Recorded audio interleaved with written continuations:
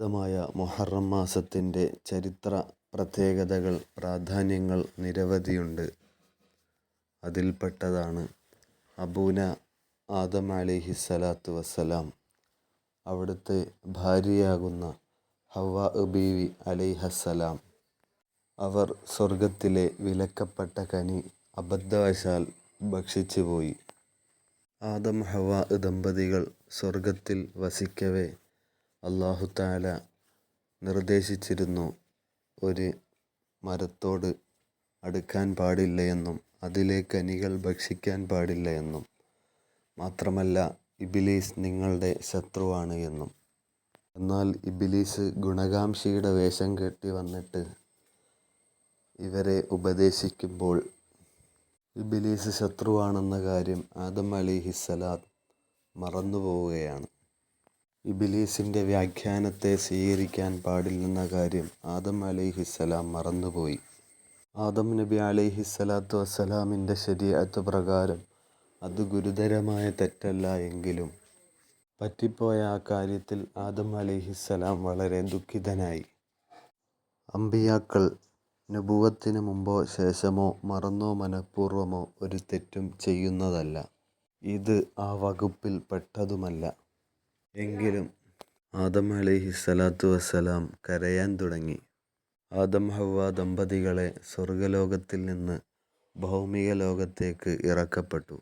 നിഷ്കളങ്കമായ അവരുടെ പശ്ചാത്താപം, സങ്കടഹരജി അല്ലാഹു തആല സ്വീകരിച്ചത് വിശുദ്ധമായ മുഹറമിൻ്റെ ആശൂറാ ദിനത്തിലാണ്. ബഹുമാനപ്പെട്ട നബിയുല്ലാഹി ഇദ്രീസ് അലൈഹിസ്സലാത്തു വസ്സലാം വറഫഅനാഹു മക്കാനൻ അലിയ്യ എന്ന് ഖുർആൻ വിശേഷിപ്പിച്ച ഒരു സ്ഥാനക്കയറ്റം അത് ലഭിച്ചത് വിശുദ്ധമായ ആശൂറാ ദിനത്തിൻ്റെ അന്നാണ്. ആദരണീയ പ്രവാചകരായ നൂഹ് നബി അലൈഹിസ്സലാത്തു വസ്സലാമിൻ്റെ കാലത്ത് ലോകവ്യാപകമായ ഒരു ജലപ്രളയമുണ്ടായി.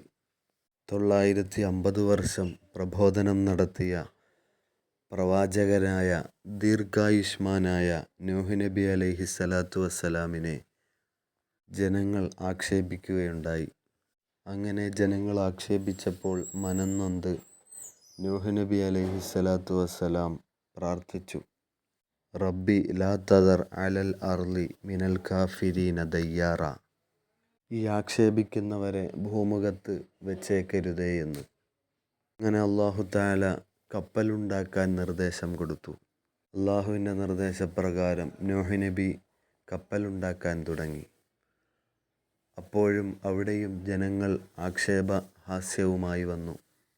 നുബുവത്തും പ്രവാചകത്വവുമൊക്കെ വിട്ടിട്ട് ഇപ്പോൾ ആശാരിപ്പണി തുടങ്ങിയോ എന്നാണ് അവർ ചോദിക്കുന്നത്.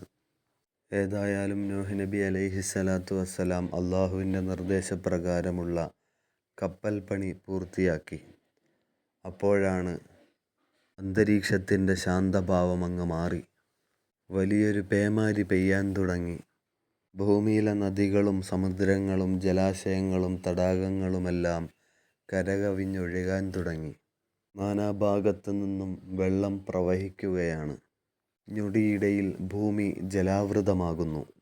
എല്ലാ ജീവജാലങ്ങളുടെയും വംശം നിലനിൽക്കാൻ വേണ്ടി അല്ലാഹു തആല ഉത്തരവ് നൽകിയിരുന്നു, ഒരാണിനെയും ഒരു പെണ്ണിനെയും കപ്പലിലേക്ക് എടുക്കണമെന്ന്. അങ്ങനെ മനുഷ്യരിൽപ്പെട്ട 80 ആളുകളാണ് കപ്പലിലുണ്ടായിരുന്നത്. അതിൽ നൂഹ് നബിയുടെ ഭാര്യയും മുഅ്മിനീങ്ങളായ മക്കളുമൊക്കെ ഉൾപ്പെട്ടിരുന്നു.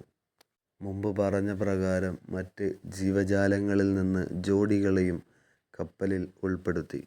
മറ്റെല്ലാ ജീവജാലങ്ങളും പ്രളയത്തിൽ ഒടുങ്ങിപ്പോയി.